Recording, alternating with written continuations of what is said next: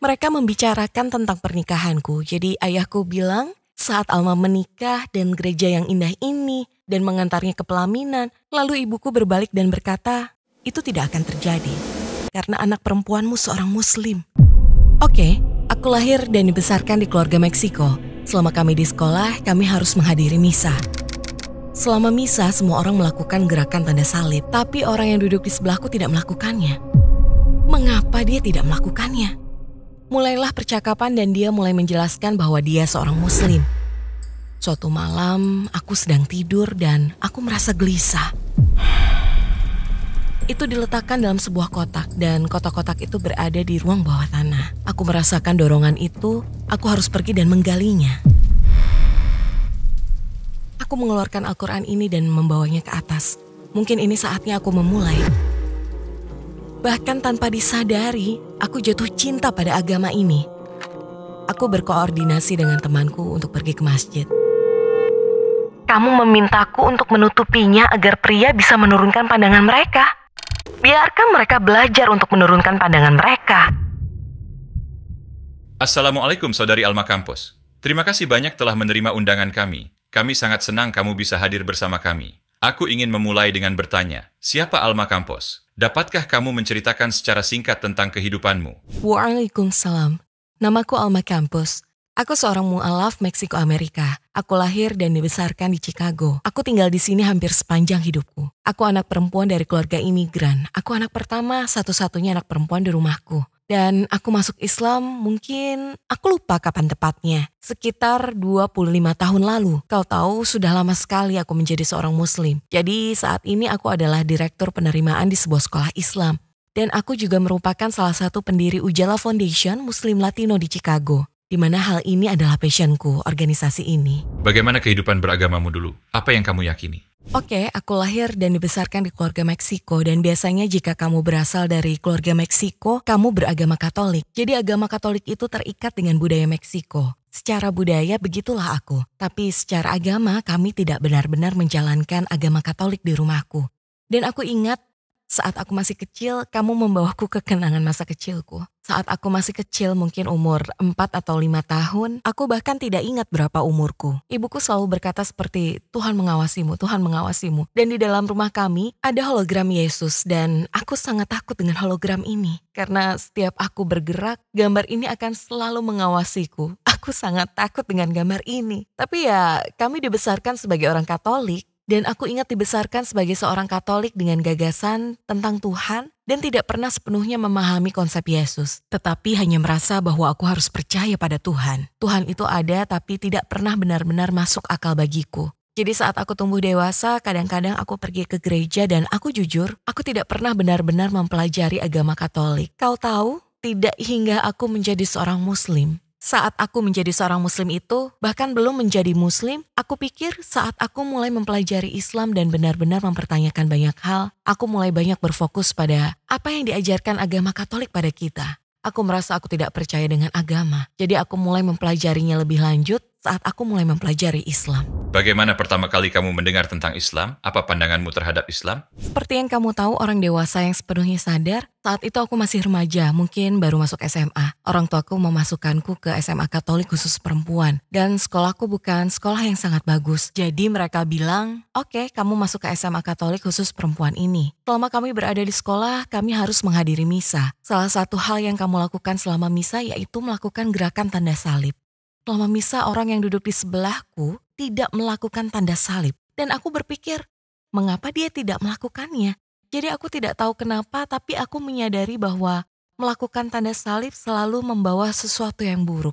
Seperti sesuatu yang buruk akan terjadi, dan aku tak begitu ingat apa itu. Aku hanya terus merasa itu tidak membuatku merasa nyaman. Atau sesuatu yang mungkin kecil dan tidak relevan. Tapi bagiku itu cukup membuatku berpikir, ini tidak benar. Aku seharusnya tidak melakukannya. Bagiku rasanya seperti, tidak, jangan lakukan itu, kumohon. Dan aku tak mengerti mengapa, tapi saat misa dan orang itu tidak melakukannya, aku merasa, ya Tuhan, apa ini? Ini sangat aneh. Mengapa dia tidak melakukan tanda salib? Apa keyakinan orang ini? Dan kita mulai berbincang dan dia menjelaskan bahwa dia muslim. Pada saat itu kita berbicara mungkin 20 tahun lebih yang lalu. Dia tidak mengenakan hijab, dia tidak terlalu rajin beribadah, tidak terlihat sedikit pun bahwa dia berbeda dari kita semua. Tapi percakapan itu membuka mataku pada agama-agama lain di luar sana.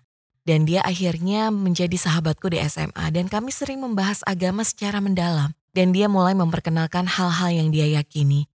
Dia membahas tentang keesaan Tuhan, kau tahu posisi yang dimiliki Yesus di dalam agama ini. Dan kami membahas akhirat, hal yang ingin aku ketahui sejak dulu. Kami membahas tentang penciptaan dunia dan kisah-kisah para nabi. Itu yang paling sering, kisah para nabi. Karena dia menyampaikan kisah para nabi yang begitu santun dan tulus. Dan kisahnya sangat indah, membuatmu berpikir, oh kau tahu aku mengagumi orang-orang ini. Dan aku mulai menyadari bahwa secara bawaan hal-hal yang telah aku yakini sejak aku masih kecil benar-benar sesuai dengan hal-hal yang dia ceritakan. Jadi tidak seperti cerita-cerita yang kamu dengar di Alkitab. Benar, dan sekali lagi aku tidak benar-benar mempelajari Alkitab. Tapi kau tahu saat kamu remaja, kamu mencari hal-hal yang seperti bertentangan dengan... Kau tahu segala hal yang bertentangan dengan pemikiranmu atau sesuatu yang dipertanyakan yang akan melekat dalam pikiranmu. Aku mendengar beberapa cerita dan bagaimana cerita para nabi disampaikan dan merasa seperti wow. Tetapi jika benar dia seorang nabi, kau tahu hal-hal itu sangat dalam. Kamu tahu melukis mereka dalam cahaya. Apakah itu benar atau tidak? Mengapa mereka dipilih jika itu benar? Dan jika mereka di sini untuk membimbing kita, mengapa mereka benar-benar dikirim ke sini? Pesan apa yang mereka bawa untuk kita? Banyak sekali pertanyaan-pertanyaan yang aku miliki. Ya, tapi pertanyaan terbesar bagiku yang paling besar adalah Tuhan, konsep Tuhan. Seperti semua hal-hal kecil ini, mereka penting, tetapi tidak sepenting Tuhan. Bagaimana rasanya saat kamu diberitahu konsep Tuhan dalam Islam? Saat aku tahu konsep Tuhan dalam Islam, bagiku sangat luar biasa saat tahu bahwa segala sesuatu yang aku yakini secara alamiah, ku percaya benar adanya. Kau tahu saat aku masih kecil, rasanya seperti inilah yang aku yakini, tapi inilah kami. Dan itu tidak sesuai dengan ini. Tapi aku harus tetap menjadi Katolik, tapi tak pernah sesuai. Hal ini membawaku ke suatu tempat di mana aku mengerti bahwa masih banyak yang harus kupelajari dan dipelajari. Karena ini bukan satu-satunya pilihan yang kami miliki, atau satu-satunya pilihan yang ada harus aku katakan. Aku hanya mencoba membaur karena keluarga tempatku dilahirkan. Kau tahu latar belakang budayaku dan hal-hal seperti itu. Lalu bagaimana perjalananmu menuju Islam dimulai? Aku tidak pernah menyangka bahwa inilah perjalananku. Kau tahu, kamu hanya menjalani hidup. Kamu hanya seorang anak kecil. Dan percakapan itu perlahan tapi pasti membuatku belajar lebih banyak lagi. Aku ingin mencari tahu dan menemukan lebih banyak lagi. Dan itu adalah perjalanan yang panjang bagiku. Aku bukanlah seseorang yang seperti Masya Allah saat mereka mendengar dan mereka langsung bersyahadat. Ini luar biasa. Bagiku ini pertanyaan besar dan mencari tahu serta mengkonfirmasi sendiri. Apa yang benar dan apa yang tidak benar? Bagaimana Alkitab bisa disatukan? Apa yang sebenarnya terjadi? Di manakah pemutusan sambungannya? Oh, sekarang Alkitab mulai masuk akal karena Al-Quran masuk akal dan menyusun bagian ini untukku. Tapi pada akhirnya aku selalu kembali ke Islam dan apa yang aku pelajari. Dan sebagai anak kecil, karena sekali lagi aku masih SMA, jadi hidup membawamu ke arah yang berbeda dan aku terus berpikir, baiklah sekali lagi, aku orang Meksiko. Aku dilahirkan dalam keluargaku yang indah. Inilah kami, inilah dirimu.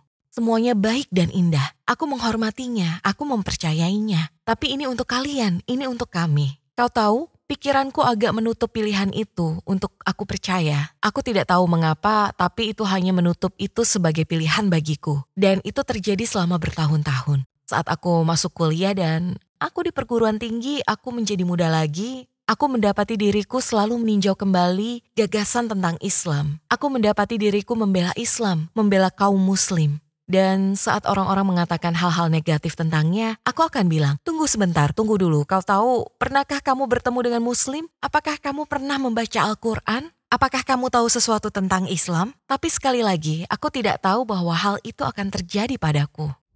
Lalu apa hal utama yang meyakinkanmu bahwa Islam adalah kebenaran dan kamu memutuskan untuk bersyahadat? Apa yang terjadi hingga kamu memutuskannya?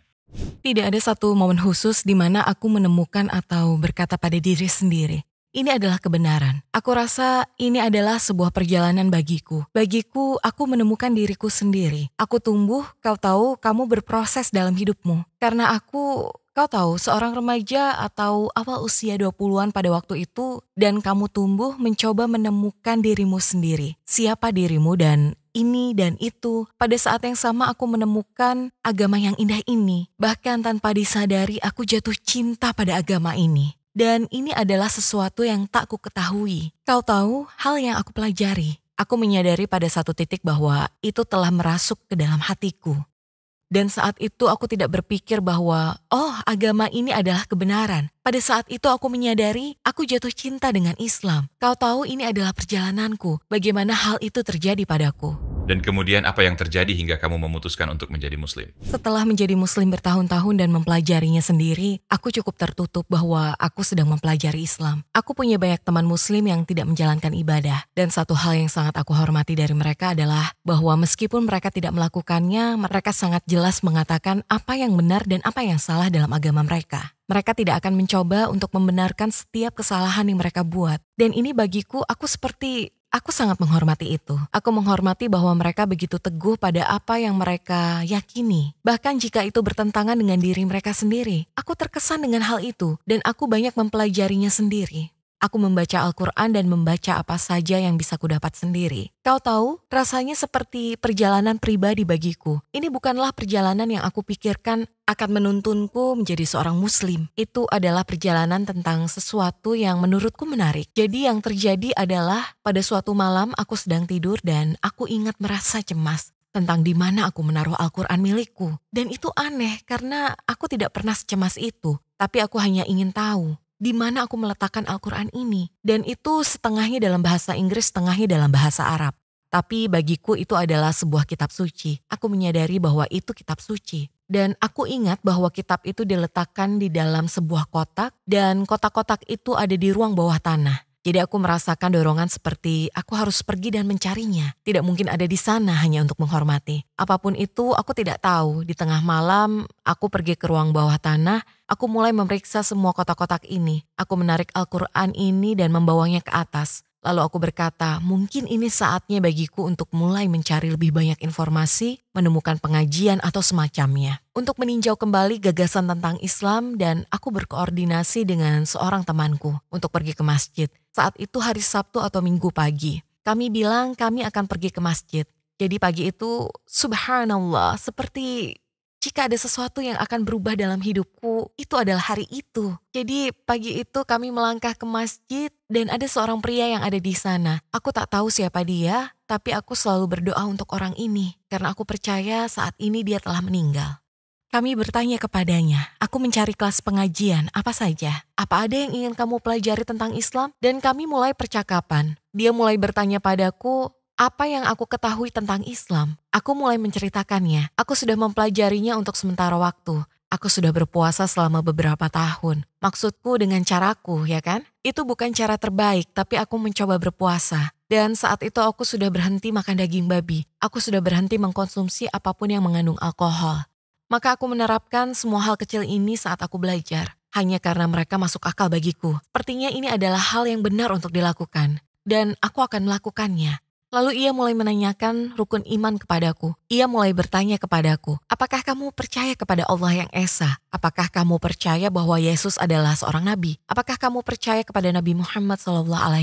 Dan aku terus menjawab, ya. Dan saat itulah dia bertanya padaku, mengapa aku tidak bersyahadat? Dan sekali lagi, ini adalah pertama kalinya yang aku ingat aku menerima pertanyaan ini dari seseorang dan aku tidak tahu mengapa. Dan kemudian dia mengatakan sesuatu padaku yang aku ingat sampai hari ini, itu adalah sesuatu yang aku ceritakan kepada orang-orang. Kita tidak tahu apa yang akan terjadi besok. Kita tidak tahu apa yang akan terjadi pada kita setelah kita meninggalkan ruangan ini. Jika kamu percaya dan tidak cukup dengan aku setuju dengan apa yang dikatakan Islam, atau aku pikir ini adalah bagian dari iman Muslim. Jika ini yang kamu yakini, maka tidak bersyahadat berarti mengingkari penciptamu. Akhirnya aku paham, wow, aku percaya akan hal ini, seperti ada di dalam hatiku. Aku tahu bahwa aku percaya ini, dan tidak bersyahadat berarti aku menolak penciptaku, aku menolak Allah. Dan kata itu sangat luar biasa bagiku, seperti aku merasa tidak bisa melakukan itu. Aku pikir pada saat itu sepenuhnya aku memahami bahwa inilah yang akan kulakukan. Dan perjalanan ini tidak melibatkan orang lain. Ini bukan tentang orang lain. Itu adalah aku dan Tuhan, penciptaku, Allah, dan kontrak yang akan aku tanda tangani dengannya. Perjanjian ini, kesaksian ini yang aku katakan adalah untuk dia. Itu yang harus aku ucapkan kepadanya, aku percaya kepadamu. Aku percaya kepadamu dan engkau telah menuntunku dalam perjalanan ini. Dan itu membawaku ke momen ini. Dan aku tak punya pilihan. Jadi aku langsung bersyahadat dan itu adalah saat yang indah yang tak begitu kuhargai sebelumnya. Saat itulah perjalananku dimulai sebagai seorang muslim. Jadi bagaimana perasaanmu saat kamu mengucapkan kalimat syahadat? Dapatkah kamu membawa kami ke saat-saat itu? Ya ampun, kau tahu? Aku rasa itu tidak sepenuhnya tenggelam pada momen itu. Semua yang aku lakukan.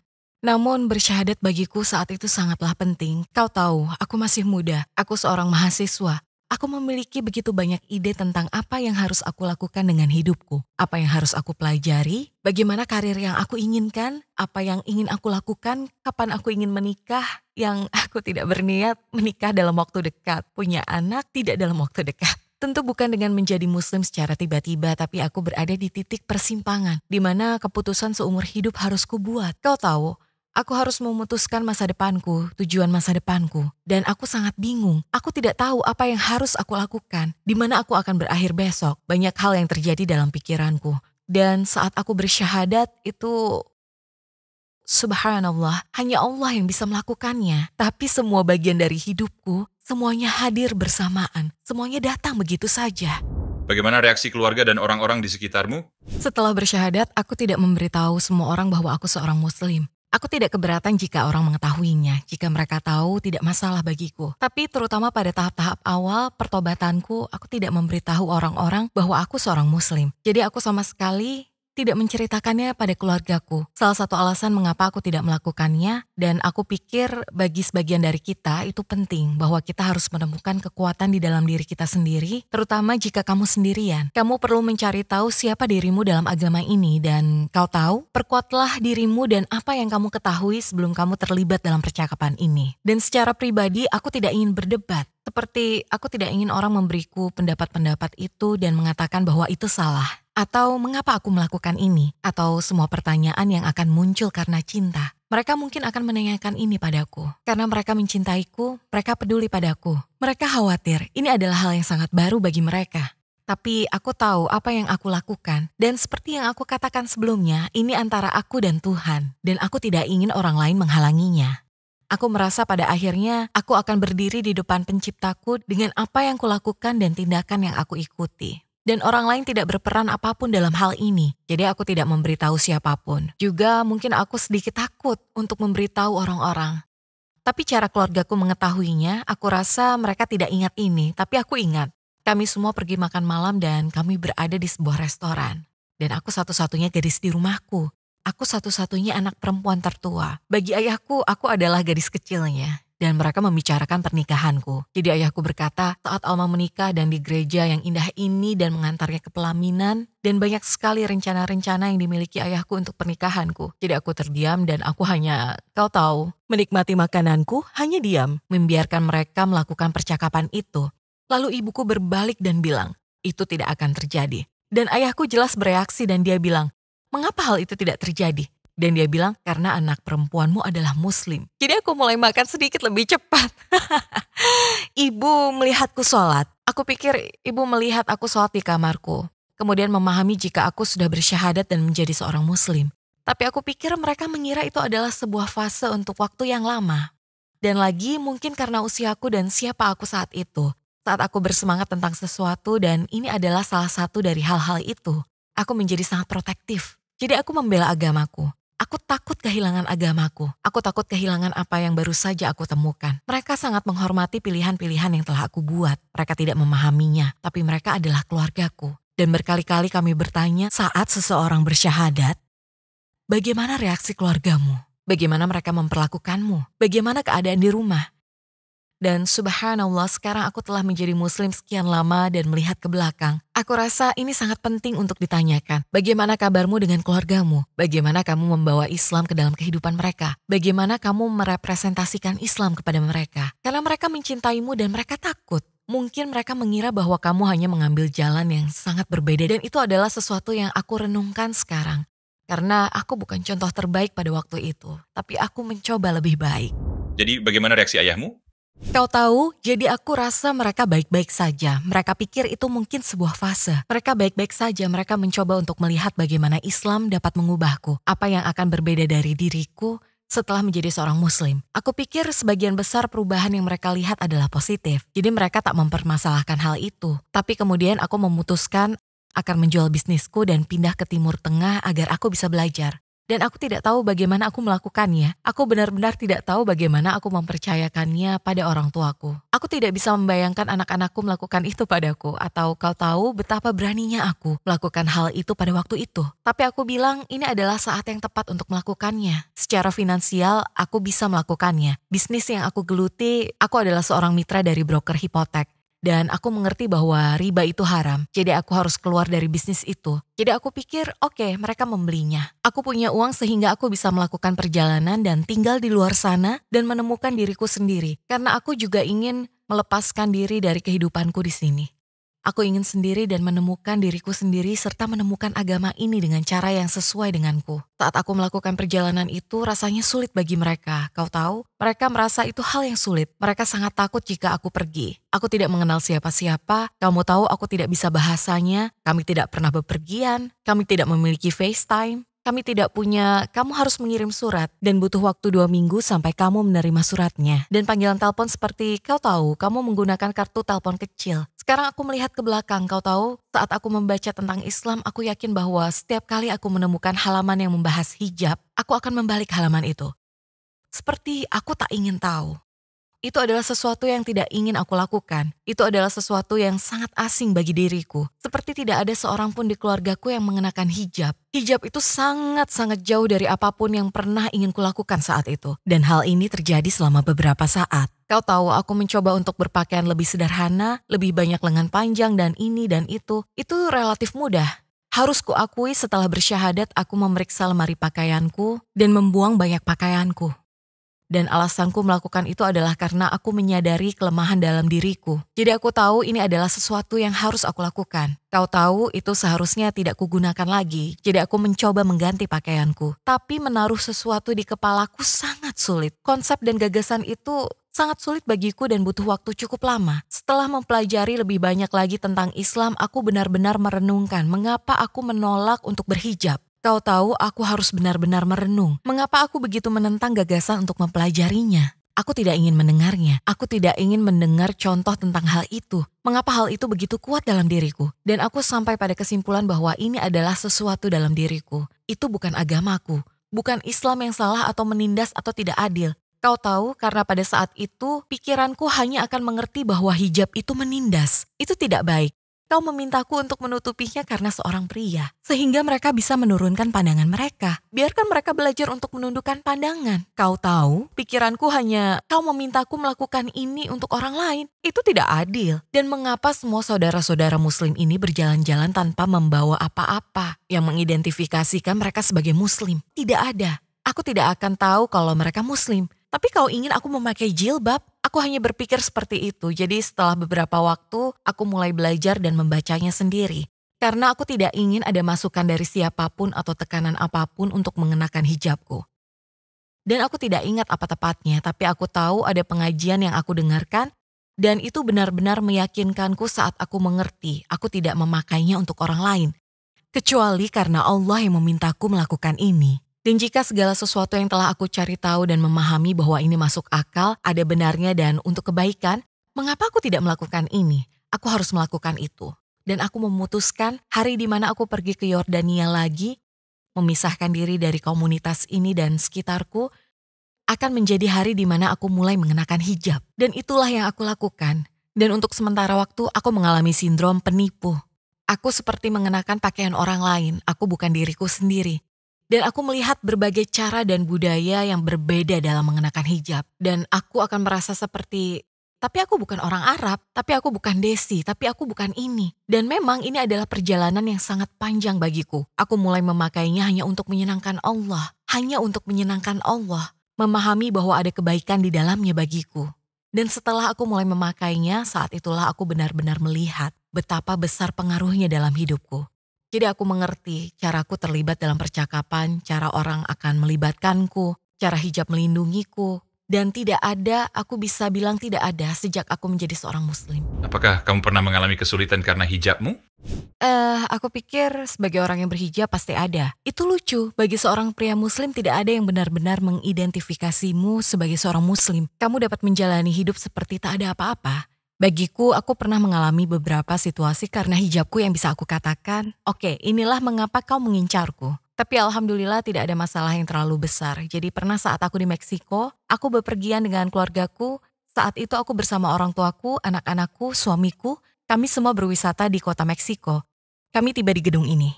Aku memberitahu ibuku, kau tahu, ada begitu banyak sejarah di Meksiko yang berhubungan dengan Islam. Sepertinya orang Muslim memang datang ke sini. Muslim adalah bagian dari masyarakat yang membangunnya. Kau tahu, kami telah melalui semua itu. Dan aku bercerita tentang sejarah kami yang telah disangkal dan lainnya. Jadi kita sampai di gedung ini. Ini adalah gedung pemerintah dan aku mengenakan hijab. Jadi orang itu mengatakan kepadaku, kamu tak boleh masuk. Kamu harus melepasnya. Jadi jelas aku katakan, aku tidak bisa, ini adalah pakaian keagamaan. Bagaimana aku bisa melepasnya? Dan dia bilang, maaf, kamu tidak boleh masuk.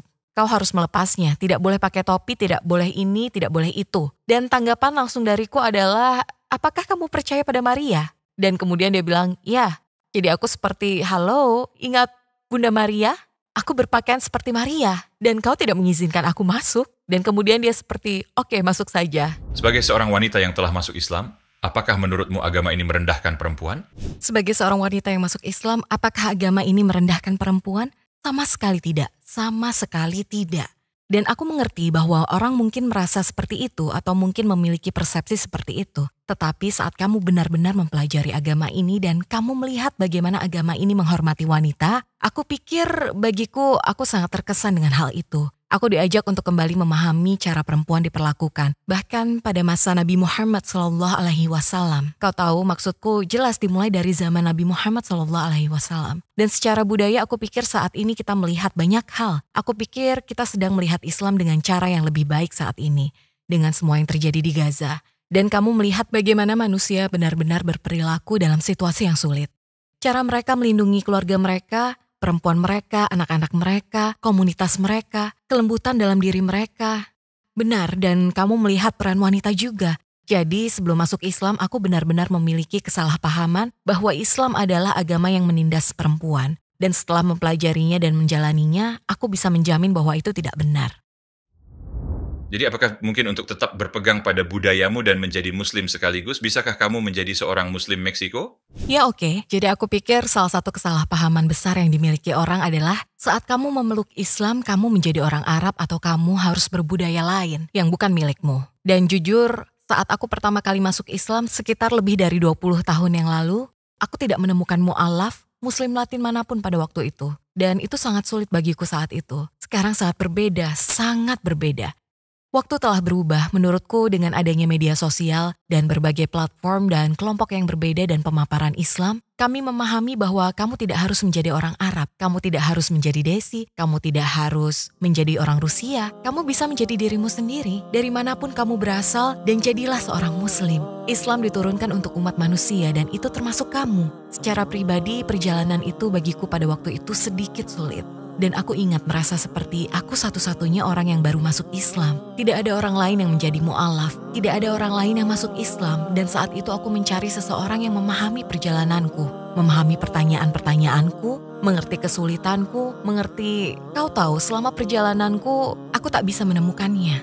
Dan aku merasa banyak mu'alaf yang kau tahu beberapa waktu yang lalu atau beberapa tahun yang lalu mungkin mengalami hal itu. Dan itulah mengapa kamu melihat begitu banyak organisasi dan kelompok-kelompok mu'alaf dan kelompok-kelompok pendukung mu'alaf. Sekali lagi, seperti Yayasan Ujala yang merupakan sesuatu yang kami mulai karena kami sendiri membutuhkannya. Dan kami ingin kamu tahu mengisi kebutuhan itu bagi orang lain yang masuk Islam. Tapi sekarang ini, aku rasa alhamdulillah, orang akhirnya mengerti bahwa Islam itu adalah hubunganmu dengan Allah, bukan tentang budaya tertentu.